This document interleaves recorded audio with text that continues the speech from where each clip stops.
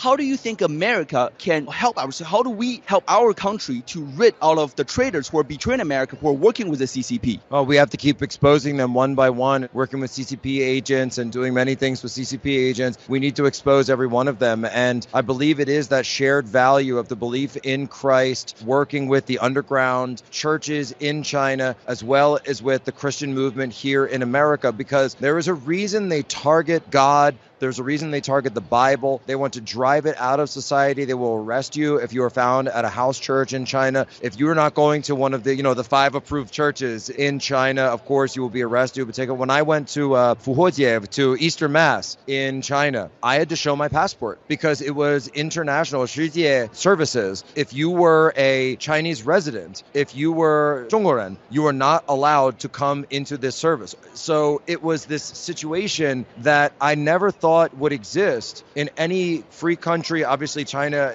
it shows the lack of freedom the Chinese people have. And then when I see the way they live, my family, Poland, we were living under communism for so long. And then I see it coming into the United States, whether it be Twitter, whether it be the government, whether it be social media, our technology, our media, it's the same thing, because these security agencies, they're working with technology, the big tech firms, the same way CCP would work with WeChat, Baidu, and Douyin, and this is the exact same way, because they are the ones their name is not on the document, their name isn't on the charge or the hierarchy, but they are the ones in control, and this is what we have to understand. Well, you saw this in the recent protests against Dabai, the protests started in Shanghai and Guangzhou, and the Chinese students internationally, both in the United States, you saw this in Japan, you saw it across Europe, in Canada, Toronto, Vancouver. They came and protested to show their support for the protesters